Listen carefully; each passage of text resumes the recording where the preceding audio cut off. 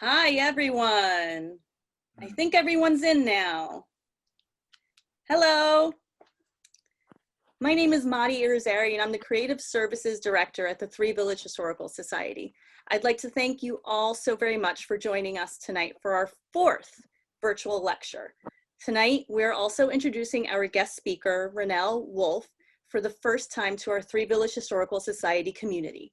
Thank you, Ranelle, for joining us. Before we start the lecture, I'd like to take this opportunity to quickly review some house rules for this virtual experience. When you joined the Zoom room, your mic was automatically put on mute. We ask that you please leave it that way for tonight's presentation. Tonight, you'll hear from Ranelle Wolf as she presents 500 Years of Leonardo da Vinci, the original Renaissance man. Ranelle's presentation will run about 45 minutes, and we'll finish off with a brief question and answer period. Feel free to type in your question in the chat feature that you'll find either at the bottom or the side of your screen. And Ranelle will address your questions at the end of the presentation. Before we get things started, I'd like to turn the screen over to our president of the Three Village Historical Society, Steve Healy. Steve, take it away. Thank you. Welcome in joining us tonight. Hello, and this is our fourth virtual lecture of the monthly Monday night lecture series, which we usually do at the neighborhood house, but we're actually doing it virtual. So first, a bit of housekeeping. According to our bylaws, the proposed slate of 2021 has been emailed to our membership. If you did not receive the email, please contact the office. We're excited at this opportunity to find ways to continue to grow while bringing you new opportunities and programming to you, which would be this first one, our fundraiser, Three Village Strong. Okay, it goes through Sunday, September 27th. Made for our times, we're offering the masks. They were designed by Samantha White, and the masks feature our logo that was designed by Captain Edward R. Rhodes, who was our president of our board, Three Village Historical Society, from 1964 to 1970, and particularly interested in nautical history. The ship is a rendering of the 439-ton whaling ship Daisy. So if you're up late at night tonight, you can Google that. You may order your mask through our link at the tvhs.org. So again, that's our website, tvhs.org, to order the masks. Only good till September 27th, so get them while you can. They're beautiful. Even in times of COVID, we are moving forward with the reconstruction, repurposing, and revitalization, the 3 R's, of the Dominic Crawford Barn. We recently were awarded $350,000 grant for this project from the Gardner Foundation. So let's review our existing virtual programs. We have a Bench Talk series, which provides insight into noble historical figures in our community, such as Kate Wheeler Strong and Zachariah Green. Margot Asteri of Tri-Spies Tours tells the stories of interesting and impactful residents of yesteryear and true tales of early Long Island. Three Village historian Bev Tyler's tour of the Spies exhibit, which we have housed in our headquarters. Educational content is geared towards school children. For those seeking something new, read our blog that features a range of subjects, including life in the Three Village community of the past and ongoing series, and meaningful New Yorkers in history. Okay, our lecturer, Ranelle Wolf, is a visual artist and professor. This is the first time for her joining us as a lecturer. Her work explores the duality and contradictions of modern life. Much of her art encompasses themes such as natural and temporal world, cerebral and ethereal thought, hopefully I said that right, morality and immorality. Work has been featured in many locations such as Saks Fifth Avenue, the World Trade Center building, college campuses and libraries, etc. throughout the country. As an educator, she teaches art at Suffolk Community College, one of my alumni. So big shout out. And I hear we might have some students from Suffolk Community College. We expect lots of questions if you're out there. She's a founder and CEO of Wolf Interior Designs, studied at Pratt Institute, Brooklyn, okay, Queens College, Columbia University in Manhattan, and the best, the Fashion Institute of Technology, where my daughter went. So great Manhattan school. On Monday, October 5th, Three Village Historical Society historian Bev Tyler and Three Village Historical Society Education Director Donna Smith, our two very own, will present the lecture, The Culper Spy Rings and the French Fleet Warning. So something good to watch. We're notorious for the Culper spies in the Setauket area. So now, without further ado, we will present Ranelle Wolf as she tells the story of 500 years of Leonardo da Vinci, the original Renaissance man.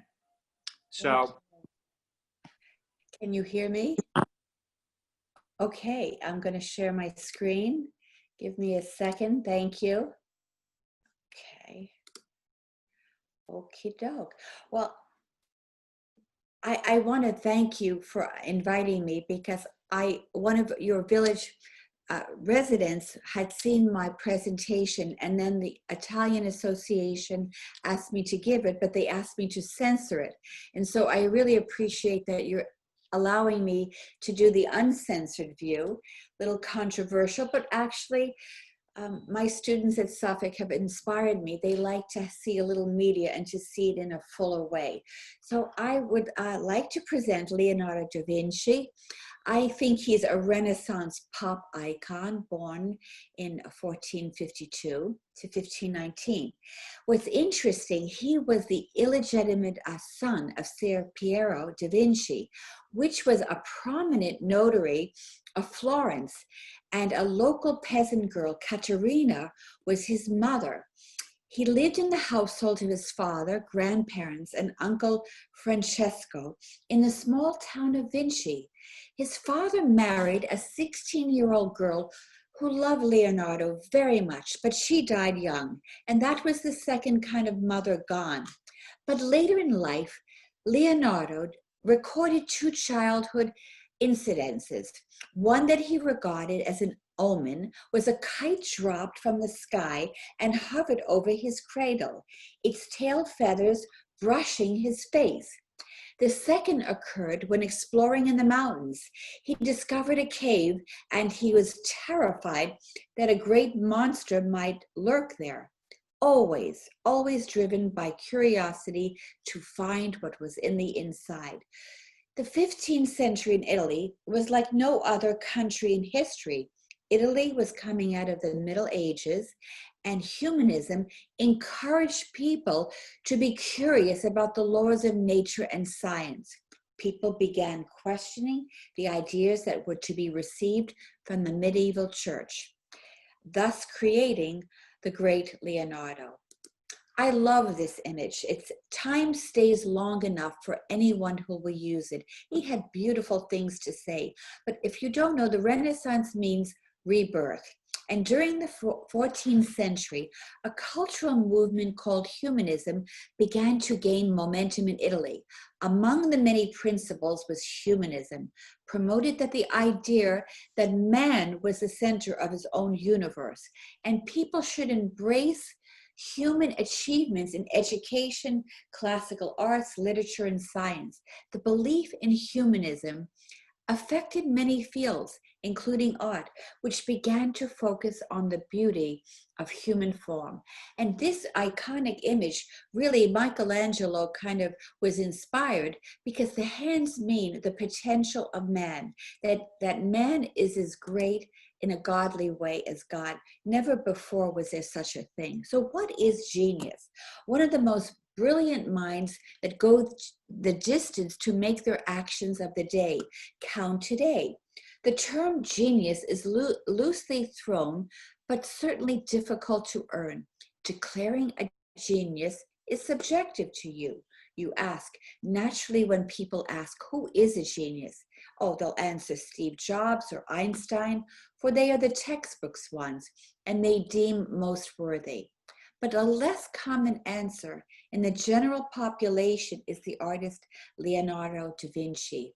Italian art has dominated the world. The impact of this Italian artist and many other Italian artists are beyond stereotypes. We know him for the Mona Lisa, the Last Supper, and and it's just a very important thing. I just want to say a little bit personal story, studying myself with a protege of Hans Hofmann, who taught in the New York school, that one must always make believe and create at the same time. So what he was saying, that if you're about to die, your painting should be resolved for at that moment. So what does that really mean? The reason I say this, I believe too many fancy historians went down the wrong rabbit hole, always talking about Da Vinci's deficiency. Imagine that he did too few paintings and made too much unfinished work. But really, historians, he was a genius, and he knew that every time he left a drawing or painting, it was resolved. People just look. What he teaches us is that we can be political, scientific, artistic, and dramatic all at the same time. He was really in sync with the world that he lived in. This is the beginning of his career. Now, I said he was the illegitimate child. So back in the day, if you were illegitimate, you could not be educated. You could not do anything. So his father was very concerned about that. It was a terrible thing to be illegitimate. So at the time, Verrocchio was the leading artist in Venice. And so his father went to his studio to see, does he have any talent? And they were very, very, they loved him and they took him in. And it's important to note, when he worked for Verrocchio, he was always using tradition rather than rebelling about it.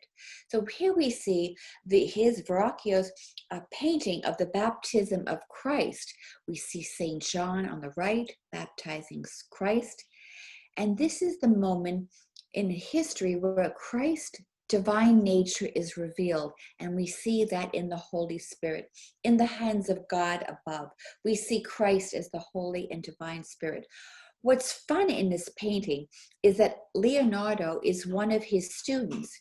And at the same time, the angel to the left, if you can see, is painted by a young Leonardo.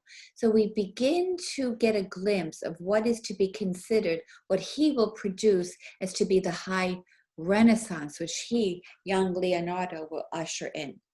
Okay, so in this one, I want you to take notice. You see these beautiful faces? This is what he painted in the painting. Aren't these gorgeous?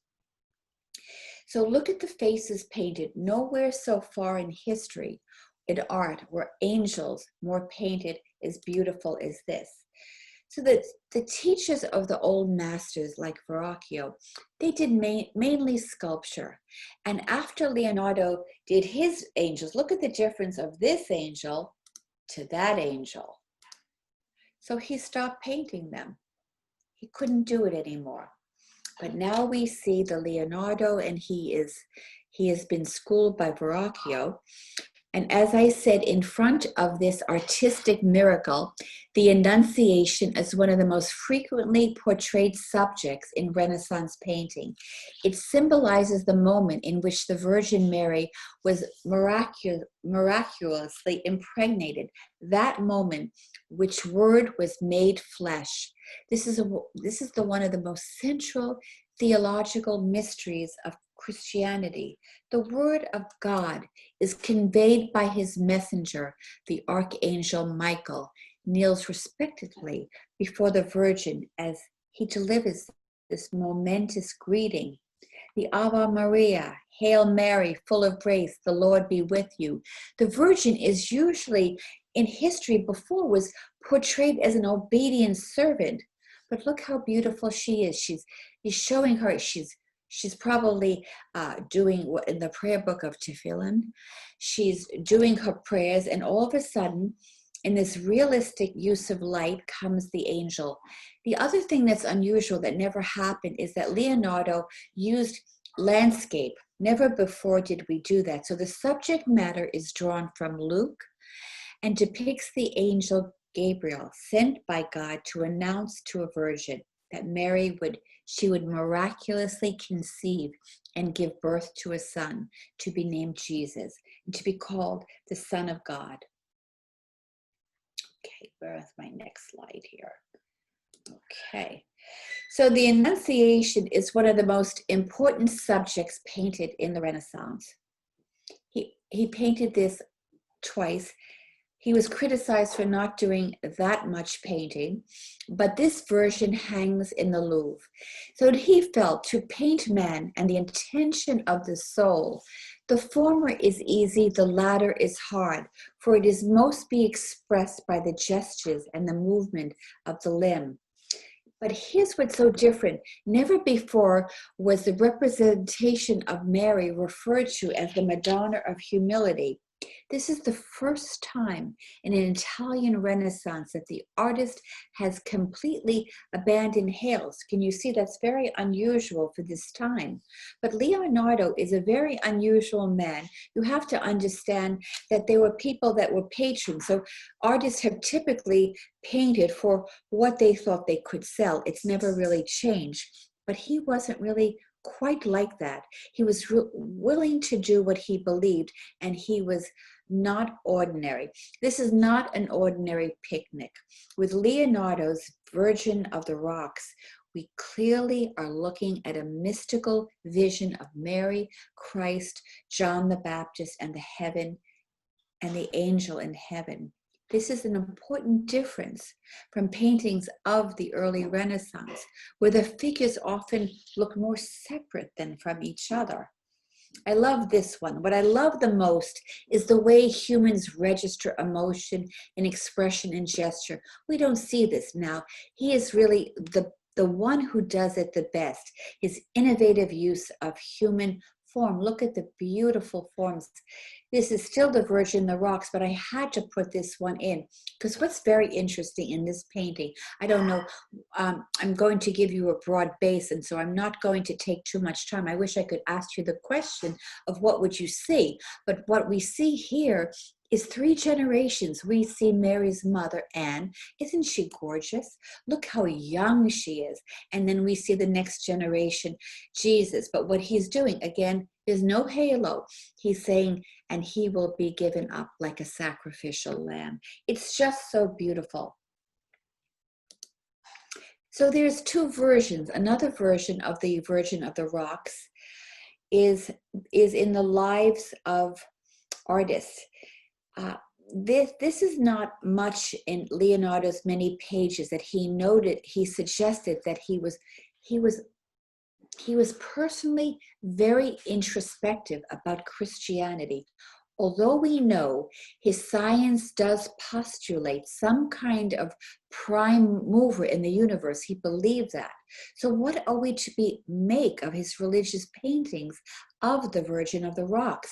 It has been said and suggested that perhaps the reason he had to repaint it was to clean up the heretical imagery.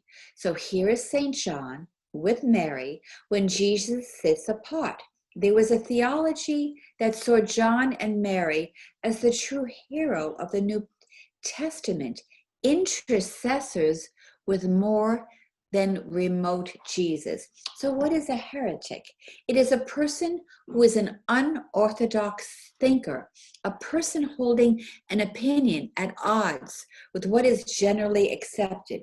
So divine can mean, or from God, angelic, gorgeous, and beautiful, and mystical, which he was, believes in truth, which is beyond our intellect. So I'm trying to weave a story for you that I will give to you in this presentation. Okay, here we are. Okay, we did that, I'm sorry.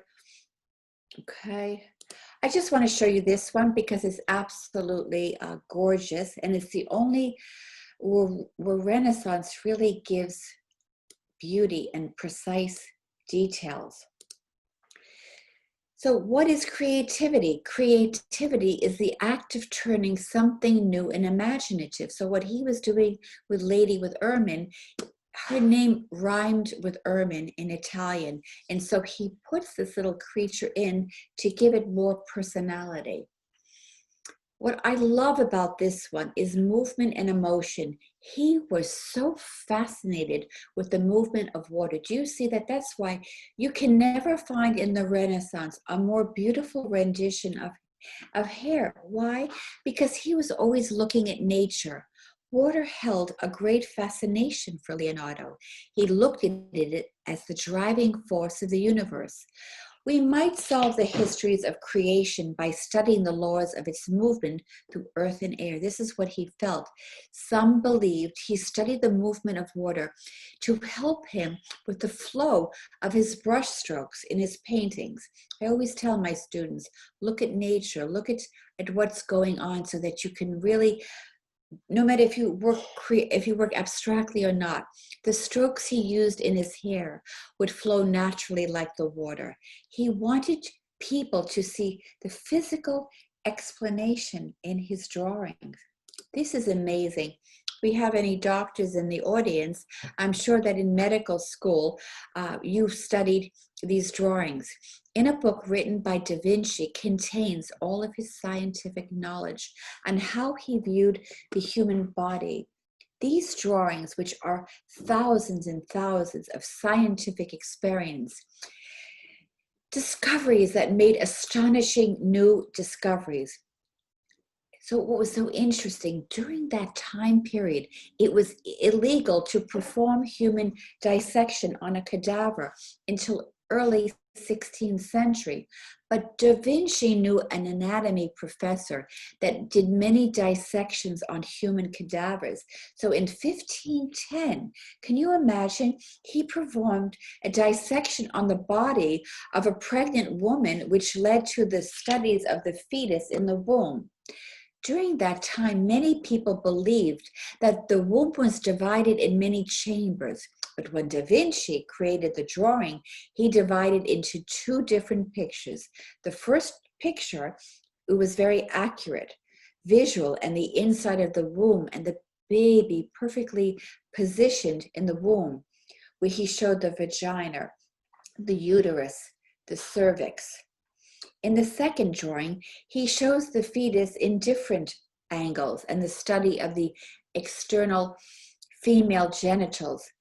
After his death, his notes and drawings were published. He built the foundation of an anatomical illustration so people could understand anatomy even better. Today, in medical school, they're used.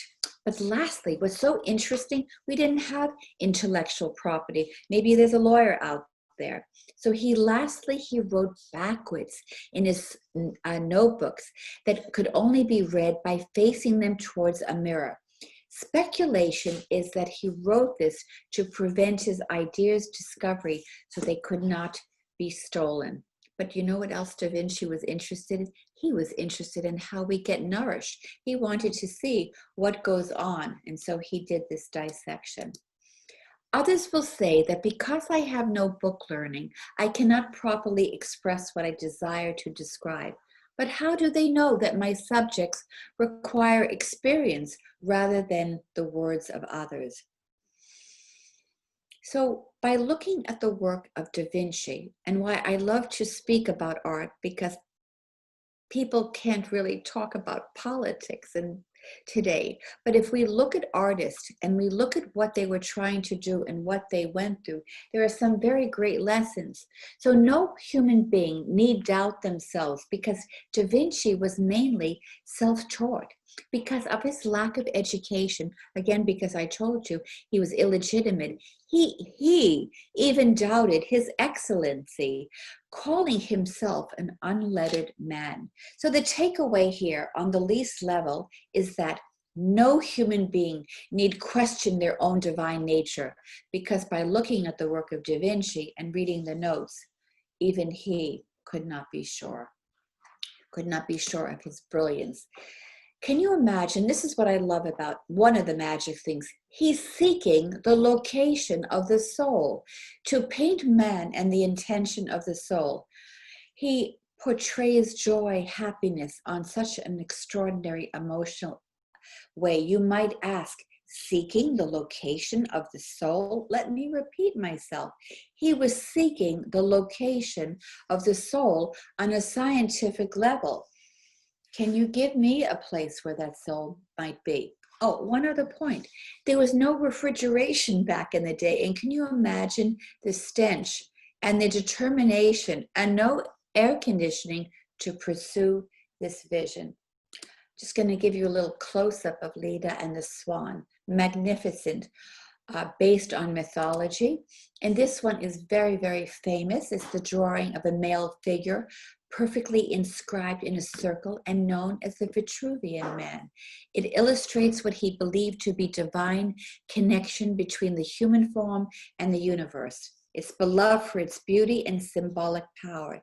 It's one of the most famous images in the entire world, where a circle represents divine perfection and the square's earthly creation. With this in mind, the human being is standing in the middle of the circle. So to paint man and the intention of the soul, in conclusion, he urges artists to become one with their subjects and their gestures. This drawing is not sketchy, but precise. It is clear. He was just awesome with his anatomy. He had curiosity. He had a love of science. This drawing is a beautiful, reflective part of the religion of the Renaissance. Its divine interactions, the faces surrounding Christ. We never before in the history art had faces that were so and well done and respectful to women. He really, really loved women, even though he happened, not that that matters, but he was gay. And I would say historically, I can't say how many male artists actually depict women in the most beautiful way, and he was one of them. He was also a vegetarian. It's very interesting that a lot of artists that are vegetarians and the work that they produce, very, very special. So Da Vinci is the ultimate master of creating faith through art, science, and painting. This was recently discovered and very, very famous. It remains a very deeply religious, well, Italy is a deeply religious country where wealth, power, and the church are all deeply intertwined.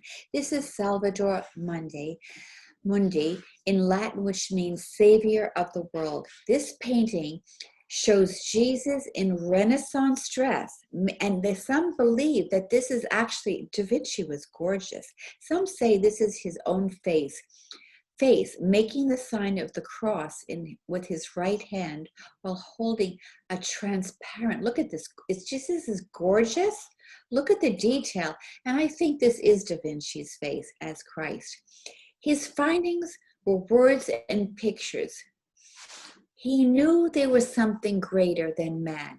Da Vinci took chances on polar figures and made it surreal. So in a sense, he was the first surreal artist. Any portrait that he made became lasting impression in the history of art. Now we all know this famous one. This is The Last Supper. Its fame is due, in fact, to the first reproducible medium, which was copper engraving. So never in the world was so much art getting to the people, even though so-called he didn't do enough, what they criticized him. But here he was. Perhaps the most interesting thing finding at the time is that he was unlettered, uneducated in Latin. And another problem he incurred, they said he was having sex with a 17-year-old boy and having sodomy with him. And so they tried to really kick him out of Italy at a certain time to get rid of him. He suffered. Leonardo's legacy really began to fade away because either it was true or not true, or they set him up. We don't know. But the beautiful thing is that the monarch, Louis XVI, came to his rescue. It's amazing how there always seems to be a way out. Knowing that the French court had 3 of the artist's work, don't forget I told you he didn't do that much, such a busy man with science, the king ordered a major effort to produce a detailed reconstruction of this work. But the war broke out, and there was the French Revolution. So they initiated the idea of a royal collection that would one day become a national museum in the Louvre. So I would like to introduce this painting with your eyes one more time before I do a special clip from the Da Vinci Code, so that you could see that in his Last Supper, that Jesus is crucified and his disciples are around him. So I'm going to let you look at it one more time before the clip comes up, because I think what's important, and my beautiful millennials have taught me, is let's have a lot of different points of view when we're looking at art. Let's not just be, because we can't be sure, as I said, if the historians are just so into what he didn't do or how little. I'd like to say what he did was phenomenal and enough, and we are enough for just what we are. So may I introduce this to you? Okay, here we go. So I'm just going to quickly go through. I'm going to wrap this up, but just look at the faces again.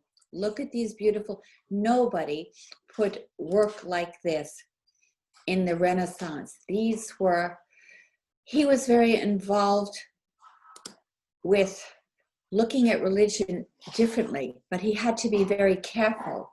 I just want to show you again, remember Anne, Mary, and the way it's depicted. The water, the faces. Art is never finished, only abandoned, through observing and the flow of water. We know him through this painting. The most noblest pleasure is the joy of understanding. We know the Mona Lisa. How does she bewitch us for 500 years? Leonardo da Vinci will forever be one of the most influential figures in art. His impacts in the field will go beyond a lifetime. Da Vinci said of two goals, to paint man and the intention of the soul. The former is easy, the latter is hard, for it must be expressed by gestures and the movement of water.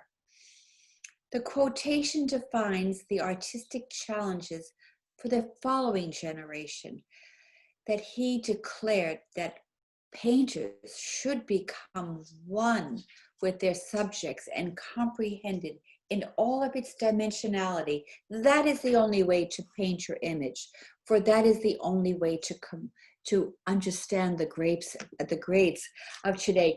I'm going to end with my retrospective because I want to open it up to community.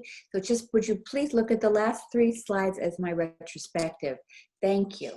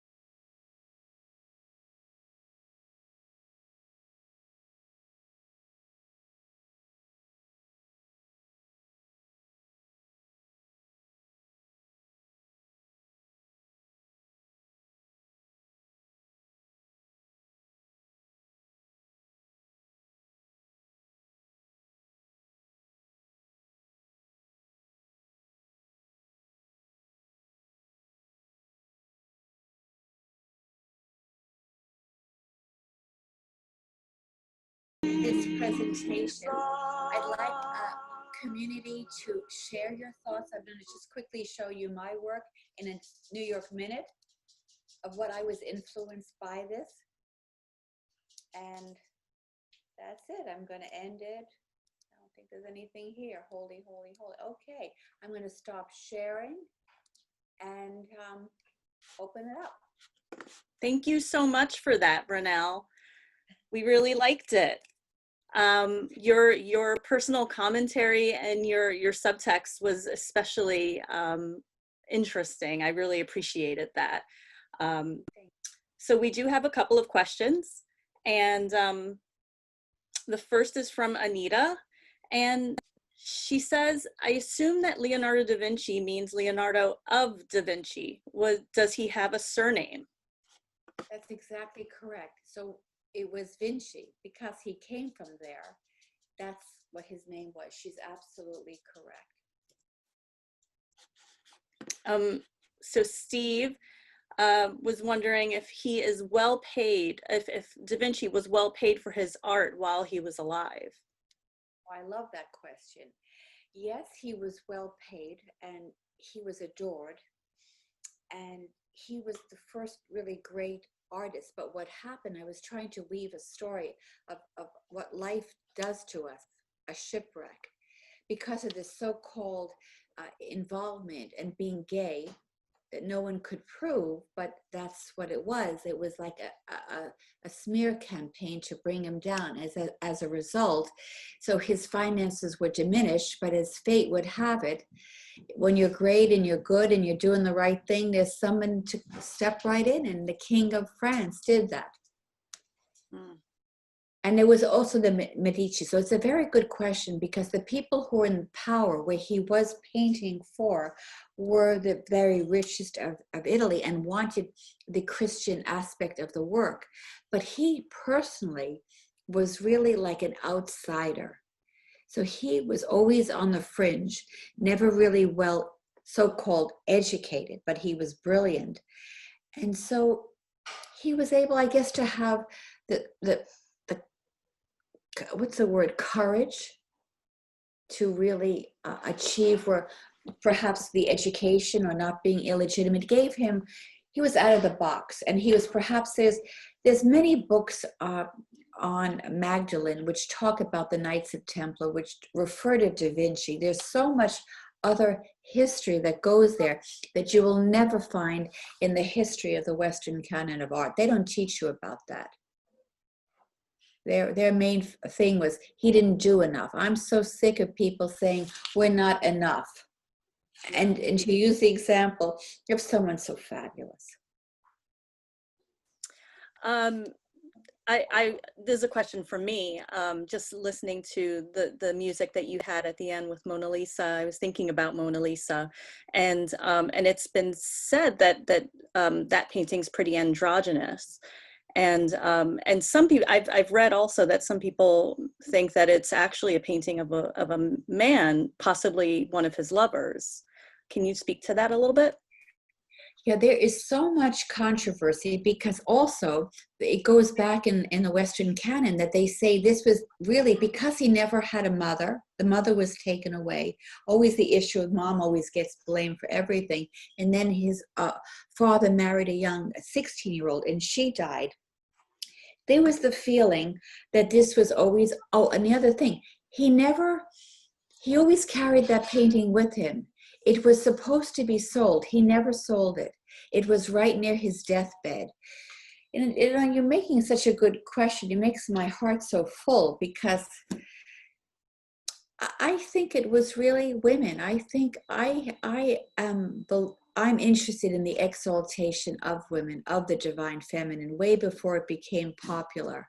And I just think because he didn't have the mother, because he didn't have woman, I don't think it's androgynous. But that's a personal feeling, looking at it a million times.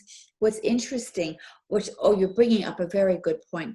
Actually, the best thing that I would love to add, why is that painting? I've asked my millennials, do you think this is so great? They said, no, I don't see it, but I have to tell them something. Don't forget, I told you that he did dissections on cadavers, right? So what he was able to do that was amazing, Mari, is that he would look at the muscles of what was underneath. So nobody could really get that face looking like that. I think that's really where it comes from. But that's my personal opinion with all my excavation. Well, that's a good segue into the next question from Tara. She asked, do you think the loss of mother figures in his life influenced how Da Vinci interpreted and portrayed Mary in his work? I love that question. That gives me the chills, because that's my whole, if I was doing a thesis, I would say this painter is the painter who loved, who really understood, don't forget, he's looking, where is the soul? He's excavating the privacy of a woman. I think he's so, and then he was very much in to Mary Magdalene not being a prostitute, being actually the divinity. I mean, I think he rocks. I don't think he gets enough credit. And yes, I think he is the greatest artist for the divine feminine, because in that one that I showed you, Anne, Mary, and Jesus, and the goat, and the lamb, sorry, not the goat. It's such a respect for women. Look at the face. If you look before into Middle Ages, and if you look at other artists that do Christian art, I don't think it's as beautiful as what he does. I mean, Verrocchio stopped painting. He couldn't even paint anymore after him. This was an angel born. And what's also interesting, that the era in which we live produces just the right artist to depict who we are. And that was Da Vinci. And the reason he became so hot is that it was like a year ago, it was his 500th anniversary. So it was very important. 500 years, and I don't know if we have doctors in the audience, but they're in the medical books, his drawings. And I could have done more, but I needed to keep within, where I didn't want you to get bored. It was not to be too long, just to give you a sprinkling, to get you to love art in the language. That was my intention. And your historical society. I love history too. Well, we appreciate it. And I think it really sparked an interest in a lot of us. And I'm certainly gonna look up the Da Vinci Code and probably watch it over this next coming weekend again. So thank you for that. I think this is a perfect way to wrap things up for tonight. So thank you again. All who joined today will receive an email from me tomorrow with the recording, so you can go back and look at some of these slides a little bit closer if you wish. And Ranelle, is it okay if we share your email address if anyone has any questions? I would love it. Anything. I'm so in love with talking about art. As I said, especially I got into it about over a year ago after politics became so inflamed. I thought the world really needed to talk about art. We could talk about all these controversial things and we would be calm and good.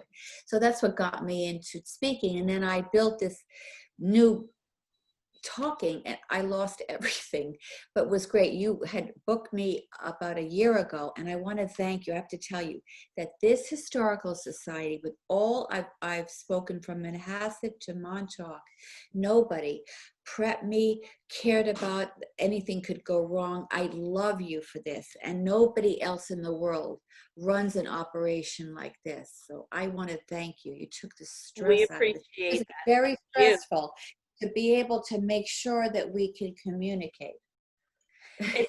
Everything has been stressful in 2020 here, and now we're doing our lectures online, and we have a lot of people joining us week after week. So we're getting the hang of things, and we thank you again so much for joining us tonight and making this happen.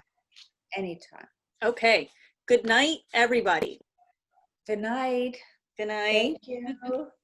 Good night, everyone.